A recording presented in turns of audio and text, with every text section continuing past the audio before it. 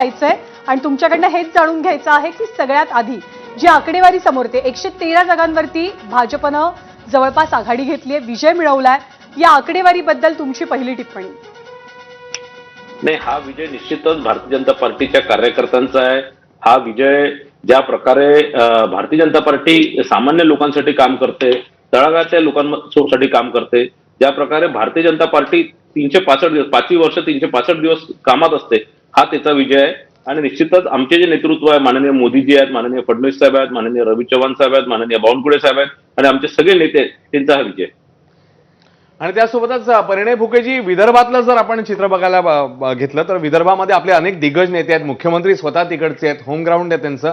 विदर्भातलं एकूणात आपला परफॉर्मन्स कसा राहिला, आपण काय अनालिसिस कराल विदर्भातल्या या निकालाविषयी? नाही, निश्चितच विदर्भामध्ये ज्याप्रमाणे मागच्या 10 वर्षापासून जे विकास कामं झाले, प्रत्येक नगर परिषदेमध्ये मोठ्या प्रमाणात विकास निधी दिल्यात आला, मोठे विकास कामं करण्यात आले. पाणी पुरवठा योजना असणार, भुयारी गटर योजना असणार, आता नुकतंच झालेले मालकी हक्क पट्टे देण्याच्या संदर्भातला जो GR महसूल मंत्र्यांनी काढला ते असणार. या सगळ्यांचाच एक फायदा विदर्भात झालेला आहे. आणि निश्चितच फडणवीस साहेबांचं होम ग्राउंड आहे, भारतीय जनता पार्टीचा विदर्भ गड आहे. आणि म्हणून मला असं वाटतं इथे आणखीन रिझल्ट येणं बाकी आहे. 80% जागा मी तुम्हाला 100% सांगतो. आज सकाळी मी चॅनलवर बोलताना हेच सांगितलं होतं की 80% जागा आहे भारतीय जनता पार्टीची. तर आज आताही मी त्यावर ठाम आहे की 80% जागा आहे भारतीय जनता पार्टीची निवडून येतील. परिणय फुकेजी, आणखी एक महत्वाची इंटरेस्टिंग गोष्ट ती म्हणजे विचारायची आहे भंडारा गोंदियाबद्दलची. कारण इथे प्रफुल्ल पटेल यांना एक प्रकारे मात देऊन भाजपनं इथला विजय खेचून आणलेला आहे. खरं तर तुमच्या महायुतीतले आहेत, तुमच्या मित्रपक्षातले नेते आहेत, पण या विजयाबद्दल तुमची खास टिप्पणी काय आहे? बघा, असं आहे की भंडारा आणि गोंदिया जिल्ह्यात, दोन्ही जिल्ह्यामध्ये भारतीय जनता पार्टीचं चांगलं अस्तित्व आहे. अनेक वर्षापासून इथे कार्यकर्ता काम करत आहे. आणि भंडारा नगर परिषदमध्ये आज आम्ही निवडून येत आहे, साकोलीमध्ये निवडून येत आहे, गोरेगावमध्ये असणार, सालेकसामध्ये असणार, या सगळ्या भागांमध्ये निवडून येतात. पवनीमध्ये आम्ही निवडून येणार. आता थोडं कमी आहे, पण 100% पवनीमध्ये निवडून येणार. आणि इथे मी आधी सांगितलं होतं की 8 पैकी 7 जागा ह्या भारतीय जनता पार्टी निवडून येणार. आणि मला असं वाटतं की आज दिवस संपेपर्यंत, म्हणजे निकाल संपेपर्यंत 100% 7 जागा भारतीय जनता पार्टीची निवडून येतील. परिणय फुकेजी, हे झालं विदर्भाबद्दल किंवा एकूणातच भंडारा गोंदियाबद्दल आपण बोललात. पण कोकण, ज्याच्याकडे सगळ्यांचं लक्ष लागून राहिलेलं आणि आपल्या प्रदेशाध्यक्षांवर आपल्याच मित्रपक्षाच्या शिवसेनेने निलेश राणेंनी थेट आरोप केले होते, तिकडचे निकाल आपल्याला काय सांगतायत? कारण तिकडे मंत्री नितेश राणेंना काही प्रमाणात धक्का असल्याचं समोर येत आहे, तसे निकाल समोर आलेत. आपली प्रतिक्रिया काय कोकणातल्या निकालावर, परिणयजी? नाही, कोकणात ठीक आहे, तो आमच्या प्रदेशाध्यक्ष रवींद्र चव्हाणजींचा गड आहे. तिथे अनेक वर्ष शिवसेनेचा तो गड राहिलेला आहे. आणि आज तिथे भाजप मुसंडी मारत आहे. विधानसभेमध्येही भाजपने तिथे चांगली आघाडी घेतली होती.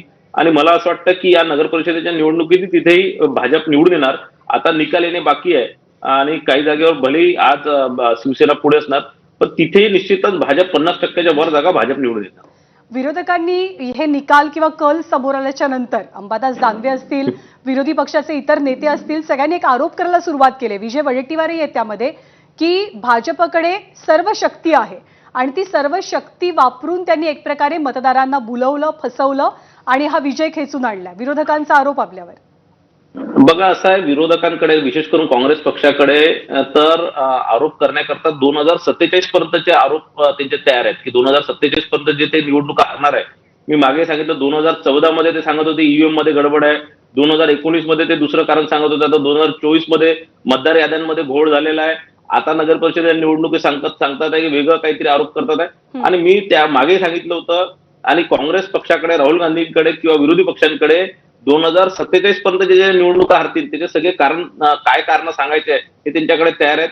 ते प्रत्येक निवडणुका हरल्यानंतर ते कारण पुढे करतात. आतापर्यंत निकाल यायच्या आधीपर्यंत ते सांगत होते की आम्ही 100% निवडून येऊ, आमची कशी शक्ती आहे, जनता आमच्या सोबत आहे. आणि ज्या प्रकारे या निकालात जर आपण बघितलं, काँग्रेस पक्ष असणार, विरोधी पक्ष असणार, यांचा सुपडा साफ झालेला आहे. या आता संपेपर्यंत तुम्हाला दिसणार की ज्या प्रकारे विधानसभेमध्ये या महाविकास आघाडीचे तिन्ही पक्ष, काँग्रेस असणार, उभाटा असणार किंवा शरद पवार साहेबांची राष्ट्रवादी काँग्रेस पक्ष असणार, यांचा ज्या प्रकारे सुपडा साफ झाला, त्याच प्रकारे याही निवडणुकीत होणार. जी फाईट जर तुम्ही आता सगळीकडे जर बघत असणार, तर सगळे जर आकडे जर बघत असणार, तर जी फाईट आहे ती भारतीय जनता पार्टी, एकनाथ शिंदे साहेबांची शिवसेना आणि राष्ट्रवादी काँग्रेस पक्ष, म्हणजे अजितदादांच्या राष्ट्रवादी काँग्रेस पक्ष, म्हणजे महायुतीतल्या सगळ्या घटक पक्षांमध्ये ती लढाई दिसत आहे. कुठेही काँग्रेस किंवा उबाटा किंवा राष्ट्रवादी काँग्रेस शरद पवार गट नाहीये. परिणय फुकेजी, हे निकाल